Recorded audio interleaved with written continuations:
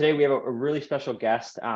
Simone is recognized as an industry leader in real estate, true top producer, true inspiration to agents throughout North America. She is always helping agents, whether you've been in the business for 30 days or 30 years, she's helping you. Obviously, with exceptional discipline and determination, she consistently achieves extraordinary results for those who serves. When she was in production in Alberta, she was selling well over 100 homes a year. Now her main focus is just helping other agents grow their business. So I'm super excited to introduce Simone today. Simone, thank you for joining us. You're welcome, Thomas. How are you? Amazing, thank you. And I really appreciate you taking your time out. I've seen you all across the globe, and I was curious. I never asked you this question, but what inspired you to pursue your career in real estate, and how did you become a top agent in your marketplace? Well, our story, my husband and I are both licensed agents currently, and back in the late 2000s, we ran a real estate investment company, and that company, due to some loans that we had made through the company out to developers, when the financial crisis happened, those developers went sideways on those loans, and that put our company into very quick receivership in 2009. It was Friday, the 13th of November, 2009, and I was in court with a receivership. I walked out of that courtroom with no business, no job, a ton of personal debt owed to family members, and we had to move quick. So we thought to ourselves, what should we do? We got me licensed right away because that's all we could afford on our credit card.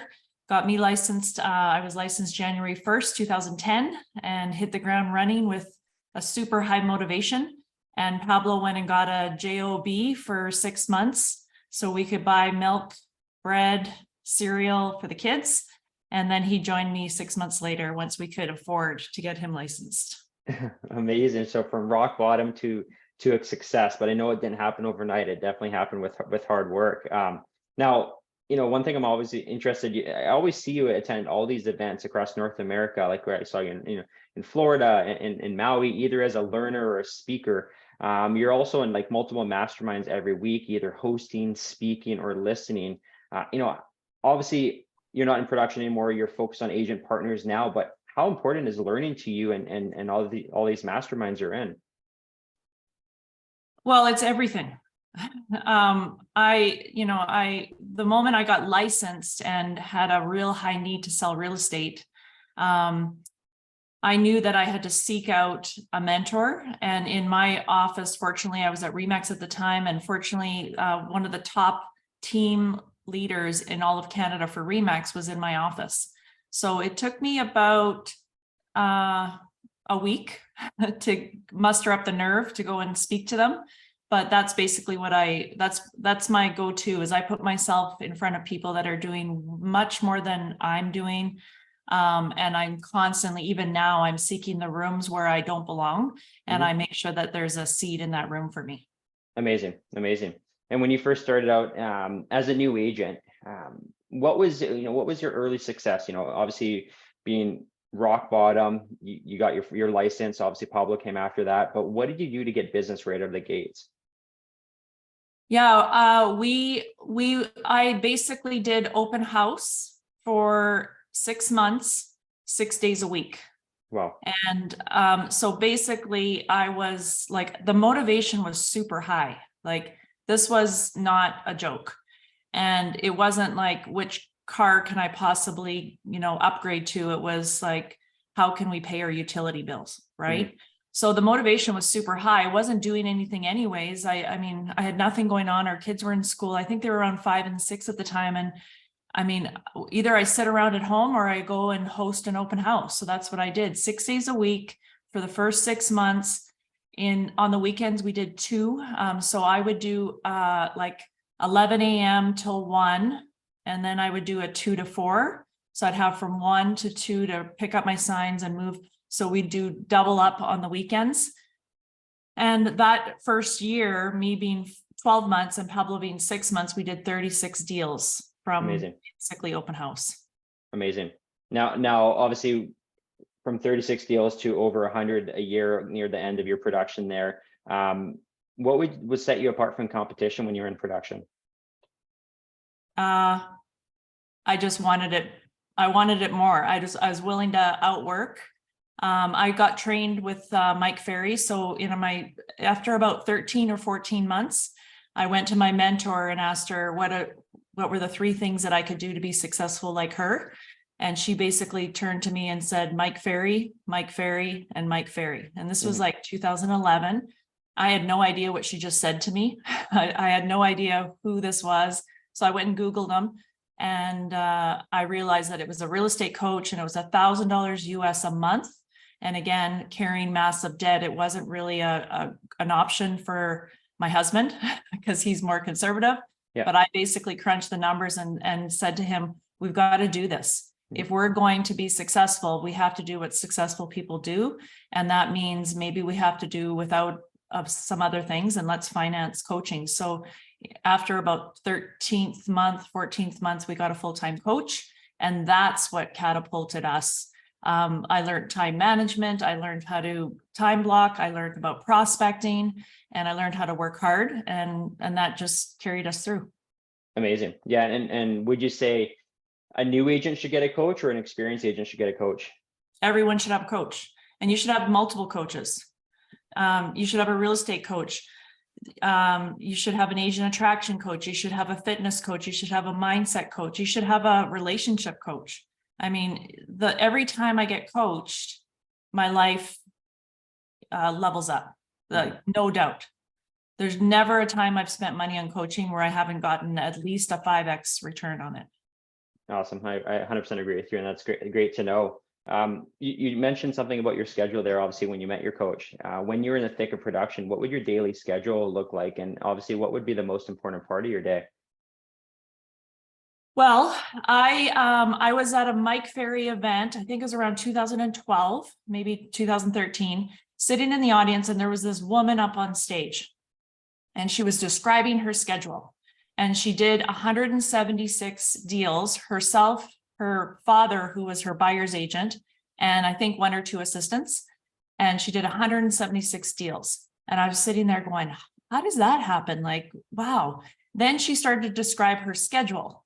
And her schedule was basically 6 a.m. to 3 p.m., Monday to Thursday. No evenings, no weekends, 176 deals. Wow. And I thought, I want to do that. So, when the speaker leaves the stage, everyone kind of runs over and, huddles around them. Well, I ran the fastest, and I got, again, this is what I do. And I was in front of her, and I asked her if I could schedule a time with her after the conference. And she got with me on a 30-minute phone call. She described what she did. And within 1 year, I worked Monday to Thursday, 6 a.m. to 3 p.m. My kids at that time were a little bit older, maybe 7 and 8. They thought I was a stay-at-home mom because they would come home off the bus and I'd be sitting on the couch in the living room, and it looked like I hadn't worked all day, and I just was hanging out. I don't know what they thought I was doing, but yeah. So I cranked out real estate deals. My sellers, I was only a listing agent. That was another thing I did.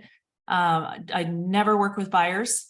And I would have listing appointments 11 a.m. and 1 p.m. So 2 listing appointments a day, like I time block. So those were my listing times. And it's amazing how people can actually fit into your schedule instead of you having to fit into theirs. Absolutely. When you ask them what's best for them, they're going to give you a time that's best for them. But if you tell them you have 11 and 1, they're going to find a way to make it happen, right? Totally. Yeah. And the other thing I gave away was I delegated. I didn't negotiate contracts. So I took 102 listings at my peak, and the market was really hot. So 98% of them sold. And I don't negotiate contracts. I don't attend home inspections. That's all stuff that we can delegate to another agent. So you can imagine all I basically do is go in and get signatures. Mm-hmm. Yep. Go close the client.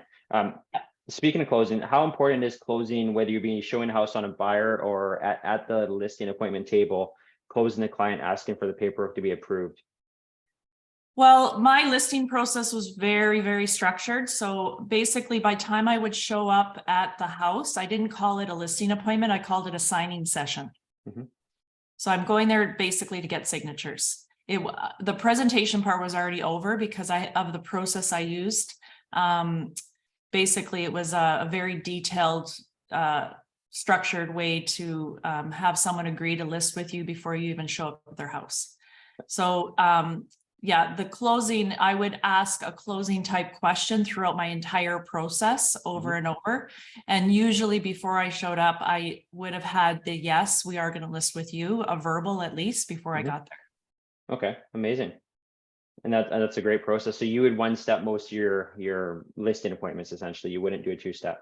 I have never heard of no, why do it in two when you can do it in one? Absolutely. Everyone does it different. Yeah, you pre-approve, pre-qualify your seller. I love it. Now, when you were in production, and you heavy on the listing side, what were your top two lead sources? Past client sphere was 76%. Yeah. And then open house. When that went away, gosh, I think it was builders. It was local builders in our market because we did new home construction inner city. So that was a big source for us. So it'd be past client sphere and builders. Yeah, near the thick of your top, your production. And obviously the first early years, it was heavy on the open house, right? Just talking to as many people as possible. Yeah, open house and sphere.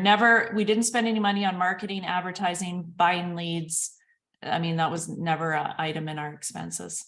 Okay, amazing. And obviously we talked a little bit about how you manage your workload. Obviously when you're doing 102 listings in a year, you definitely have some systems in place to ensure that obviously you're still providing the best service. Can you kind of elaborate on, as you grew significantly, what kind of systems did you implement to obviously get that production up? Yeah, like the biggest system is your buyer process, working with buyers, or your listing process. So there wasn't, I had a 5-step listing process, and I didn't deviate from the process ever. So that would be a big one, is to make sure you have a proper buyer process. Pablo, my husband, worked with our buyers, and 1 year he did 56 buyer sales himself.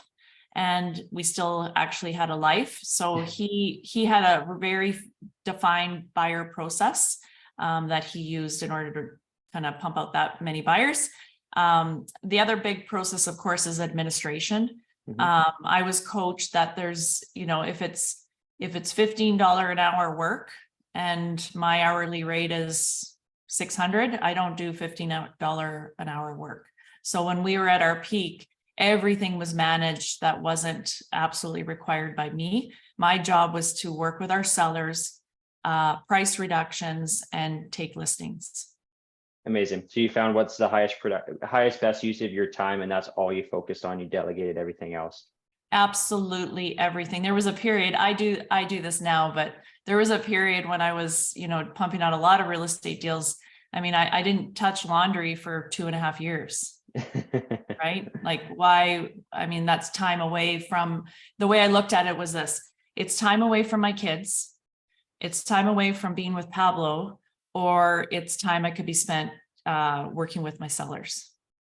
Absolutely. So you found the way to delegate as everything you could in your life, which I love. And you spend time with your family. And I've seen you with your kids, on multiple trips. You take them with you, right? Which is important. They're obviously older now, but spending time with family is important. Now, I kind of wanted to shift focus a little bit, because you were one of the consistently most dominant agents for Remax in Alberta for years, and then boom, you switched to EXP. Why did you join EXP? I moved because, I saw the model. It took me about 12 minutes to know that we were going to move. It took Pablo a little longer. He's more analytical than I am. He had to do some due diligence, but I just saw the model. I thought, this is absolutely the answer to the freedom that we're looking for. Doing a ton of real estate deals, it's great, and I'm grateful, but it's exhausting. It's absolutely exhausting. And even when you're not working, you're still constantly thinking about the things you have to do, or, so you're never quite free. So I saw the EXP model, I saw freedom, and I knew that we just had to jump in and give it a shot. And for me personally, I saw the revenue share, the chance to build a big revenue share. So my focus shifted, and my goal was always to eventually get out of production and then work exclusively on my revenue share. Amazing. How long did it take you by the time you switched over to EXP to be 100% out of production and focus on agent attraction? 22 months. 22 months. Amazing. So you built a plan in place to move that business away and then focus on that. And that, how long has it been since you've been away from production? Well, that was September 2nd of 2020 that we surrendered our real estate business. We sold it to a team in Calgary, and they manage all of our past clients and our sphere. And so those people are still being taken care of.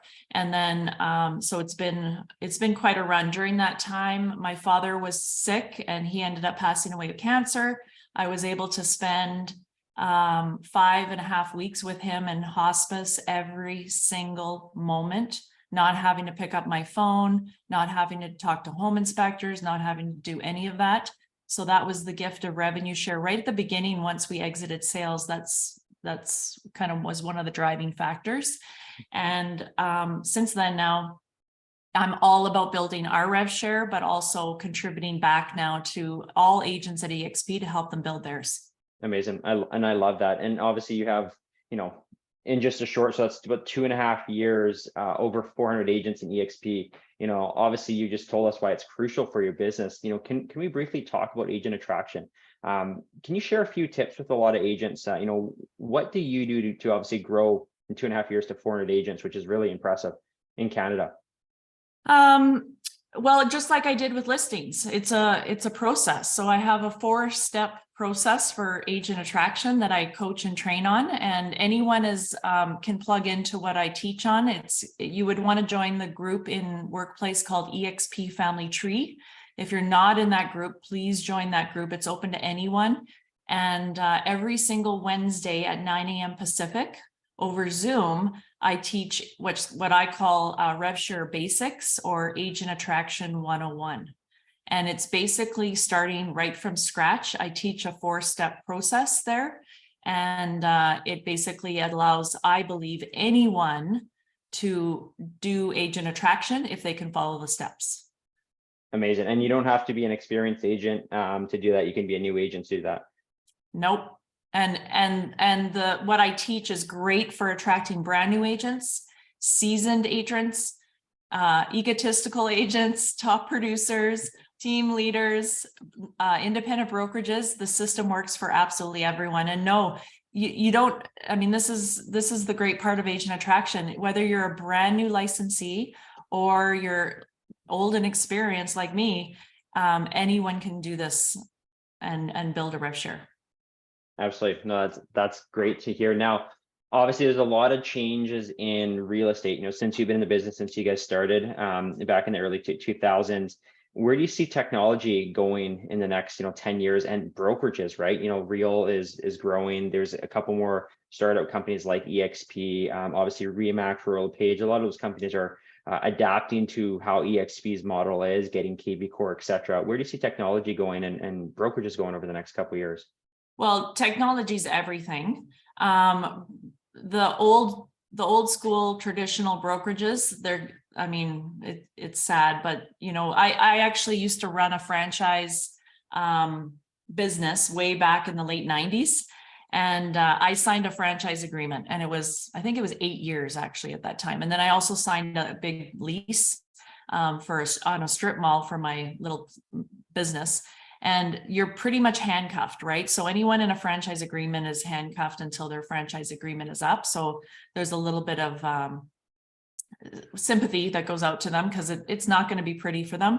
And then anyone that's shifting, any other brokerages that are shifting and adapting to our model, this is where it's at. I don't pay attention actually to what everybody else is doing. Same thing when I was selling real estate. I don't pay attention to, what my competition is doing or not doing. I just focus on, if my goal was 125 transactions, I just needed 125 transactions out of the whole market. So I didn't really pay attention to what everyone else is doing. But technology is absolutely key. Staying up with what's going on with social media. I think it's everything. Absolutely. No, I agree with that for sure. And obviously, as an EXP agent, and you have lots of agents that are always reaching out to you for help, what are, say the top 3 things that an agent, whether they be new or old in the business, can leverage at EXP to grow their business and production? Oh my God. Gosh, there's so much at EXP. I would say it's actually a point where like it's overwhelming, right? To figure out where you should get the information. So I would say that either have a mentor. So declare someone as your mentor. I don't think a lot of my mentors actually know they're my mentors, but I have a handful of people that I've declared they're my mentor. So have a mentor, someone that you are going to be close to, and someone that you're going to go to for advice. So once you have that person, I would go to them and lay out what you're trying to accomplish and have them help you plug into what you should be plugging into at EXP. So especially if you're new to EXP or if you're a brand new licensee, you might not know what would be best to plug into. So I would lean on your mentor to be able to plug you into what would be appropriate for what you're trying to achieve. Amazing. I 100% agree with that. So, have a coach or multiple coaches, have a mentor. It's crucial in growing your business, right? And then lean into the resources at your fingertips, right? Yeah. And also I'd say, get out of your comfort zone, take a risk. We only get one crack at this life. So what are we doing playing it safe? I was going to say I lost everything. I didn't lose everything. I lost a lot of money once. I still had my health. I still had my brain. I still had a husband that, and our family was intact. So we had everything. And there was no reason for us not to be able to go out there and crush it again. And in fact, in hindsight, I look back to everything in my life and I just think, wow, thank God that happened. Or, boy, did that ever push me. So I'd say get out of your comfort zone, get out of your house, get to work, roll up your sleeves and you got to just do what needs to get done at a high level. Absolutely. And I like that part you mentioned about health. You've ran over 7 marathons, which is very impressive. How important is health to you? Oh, well, I'm big on brain health. Like that's because we have my mother-in-law has frontal temporal dementia. We all have people, right, that are touched either by cancer or metabolic disease or brain health. And for me, it's everything. Even myself, there's been times where, when things haven't gone the way that we're hoping, mentally you get down, right? So you need to have those. My coach used to say to us that you have to keep your emotions between the lines and what you want to do in life. And this has to do with your ability to rebound from things. You want those lines to be closer and closer together as you move through life. So sometimes people have something happens to them and emotionally, it takes them off track for months sometimes, right? Well, if you can fine tune yourself mentally, you want to be able to bounce back quicker and quicker. Now I pretty much can bounce back from most things, like day-to-day type stuff within minutes. Like I'll give myself a minute to maybe go to my room and swear to myself or whatever I do. But yeah, I can click back in mentally really, really well. And I think that has to do with, eating, diet, exercise, and then just awareness and being aware of what's going on for yourself. Amazing. And you mentioned brain health. Can you recommend a couple of books that have changed you as a person, personally and business, that you can share with the group? Oh my God, there are so many. So I'm a carnivore. So I'm a strict carnivore. I eat only animal products, and sorry for my vegan friends out there, but I'm exactly opposite of a vegan. That's so my day-to-day, as far as my brain health and where I thrive is, I have a ribeye each day and I eat eggs, anything that comes from an animal. So anything that has to do with that style of way of being, that I'm into that. I'm also a big proponent of Joe Dispenza. So anything that he puts out, Sadhguru is someone else that I follow. Inner Engineering is another platform that I'm plugged into a lot. Amazing. Well, I really appreciate your time, Simone. Time is obviously important to you and us in the group here. Where can people reach out to you, follow you on Instagram? Do you have a hashtag?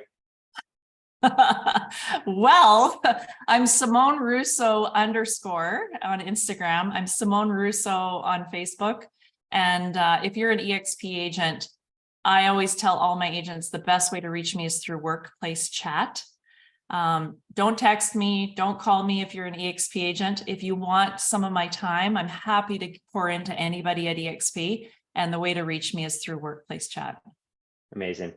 Thank you so much for your time. I really appreciate it. Guys, reach out to Simone. She crushes it in our business, and she's you can learn so much just for having a 10-minute conversation with her. Thank you.